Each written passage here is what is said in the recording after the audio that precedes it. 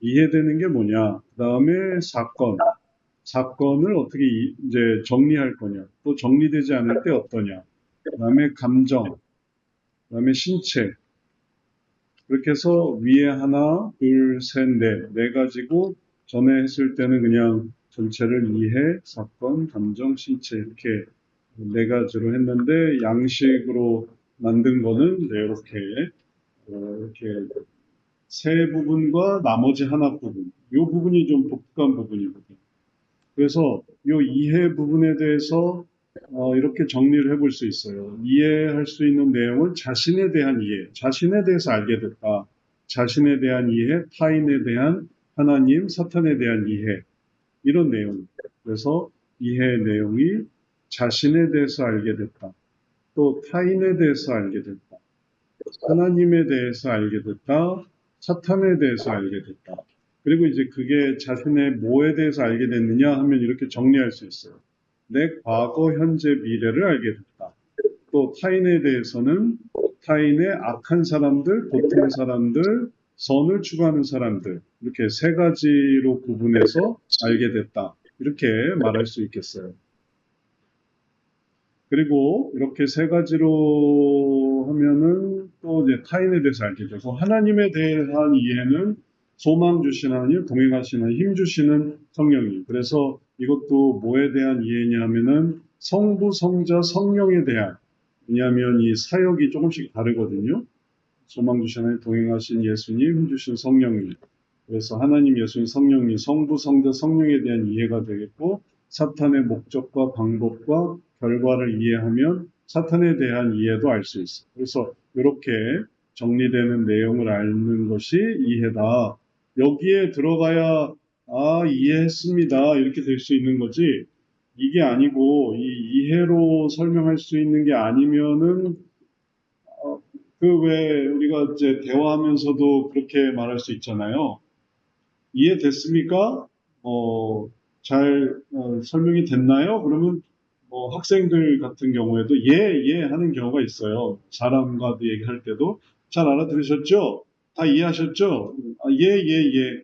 근데 이제 막상 이해한 걸 말해보세요 하면 모르겠는데요. 이제 이런 경우가 있어요. 그래서 이해에 관한 부분은 요게 되면은 이해한 거. 그렇구나. 이해됐다는 건 정리됐다는 거예요. 정리. 왜, 도서관에 책을 반납하는 경우에 이게 올바른 책이다. 이게 누가 빌려가서 누가 반납을 했다. 이게 딱 정리가 되면은 그럼 받아요. 근데 그 도서관 사서가 책을 반납하러 왔습니다 해서 가지고 와도 예를 들면 우리 도서관 게 아닌데요. 혹은 뭐 바코드가 없는데요. 아니면 이건 우리가 받을 수 있는 책이 아닌데요. 너무 파손됐거나 문제가 있거나 그러면 반납을 안 해요. 이게, 이게 수거를 안 해가 수용을 안 해요. 다시 이건 우리 책이 아닙니다. 다시 돌려요. 그러면은 그럼 이건 뭐지? 어디서 왔지? 그리고 다시 들어가는 것처럼 정리가 돼서 받아들여지면 이해의 내용에 포함이 되지만 그게 안 되면은 다시 또 떨어져요. 이해했다고 생각했는데 그게 이제 문제가 생기면 예를 들면 자신의 과거에 대해서 현재에 대해서 미래에 대해서 이해했다고 생각했는데 뭐 이상한 구석이 다시 생긴다? 그럼 다시 이해가 안 되는 거죠. 타인에 대해서도 과거, 현재, 미래 타인에 대해서도 악한 사람들, 그다음에 중립적인 사람들, 선한 사람들 왔다 갔다 하는구나 했는데 선한 사람인 줄 알았더니 악하다. 그럼 또 이제 이해가 안 되는 거죠. 사람은 선한 사람이야. 뭐 이럴 땐 선했어, 이럴 땐 악했어. 이게 구분이 되는데 이게 정리가 잘 안 되면은 또 이해가 안 되는. 그게 되면은 이해가 되는. 이게 되면 내 과거, 현재, 미래가 정리가 되면은 이해가 되는 거고 안 되면 떨어지는 거. 그럼 하나님에 대해서 성부에 대해서 알게 됐습니다. 그러면은 성부에 대한 이해, 그리고 성자, 예수님에 대한 이해, 성령에 대한 이해. 그 사이에 뭔가 뭐 잘 모르겠습니다 하면 떨어지는 거고, 하나님이 이런 계획이 있군요 하면 이해되는. 사탄의 목적, 방법, 그 다음에 결과도 이해가 되는 것이 있고 또 이해가 안 되는 것이 있고 이해가 되는 것, 이해가 안 되는 것 이렇게 구분할 수 있으니까 이거를 이제 이렇게 정리를 잘 해야 이 이해 내용으로 들어갈 수 있겠어요. 여기에 관한 얘기입니다. 2장은 이해에 관한 대상에 대한 이해. 이런 것들이 우리의 그런 많은 부분들을 이게 포함하고 있는 거죠. 그리고 이게 그대로 우리의 뇌 속에서도 이러한 내용들이 차곡차곡 쌓여져서 지난번에 우리가 본 것처럼 이 이해된 내용들이 이 뇌 구조에서도 정확히 적용이 돼요. 그래서 적용이 되면 그다음에 이제 어떻게 되냐면은 그게 안정을 갖게 하는 거죠. 이해가 잘 됐으니까. 그래서 잘 이해가 됐습니다 하면은 그게 차곡차곡 이 신피질로 들어가게 되거든요. 잘 쌓이게 되죠.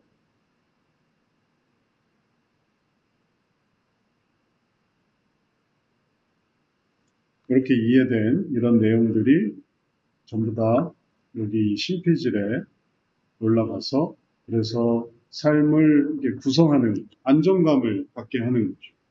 이해의 내용들이 여기 다 정리되어 있습니다. 그리고 이러한 내용들을 가지고 다음 단계로 인생의 목표도 세우고 또 위기 상황에서 또 어떻게 극복할 것인가도 알게 되고 그 다음에 그걸로 신체적인 것도 어떻게 하면 음식을 절제할 것인가, 어떻게 하면 신체를 건강하게 할 것인가. 아까 조노미 일사님이 말씀하신 것 같은 그런 반신욕이 도움이 된다. 이런 것도 충분히 이런 신피질적인 생각이고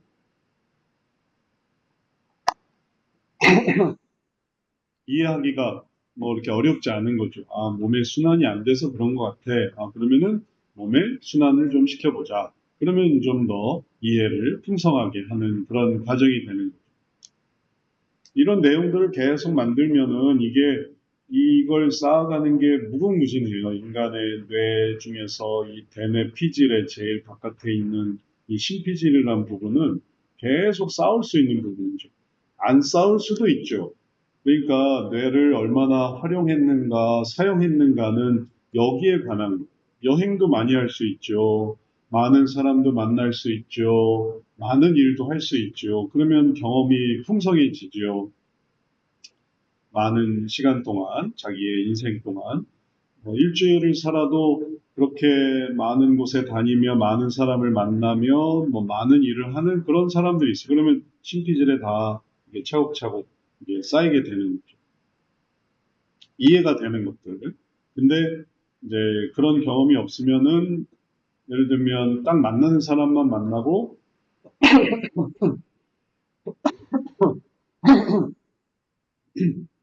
만나는 사람만 만나고 그다음에 제한된 곳에서 왔다 갔다 하고 그러면은 이 대뇌 피질도 활용이 될 수 있다가도 그걸 다 활용하지 못하고 세상을 떠나는 아인슈타인이 자기 뇌의 일부만 사용했다고 했을 때 그가 그나마 사용했다는 거는 우주를 생각하고 또 시간 개념을 생각하고 또 학문의 그 오묘한 부분을 생각하고 그러니까 아주 많이 활용을 한 거죠. 그래도 반도 사용을 못했다잖아요.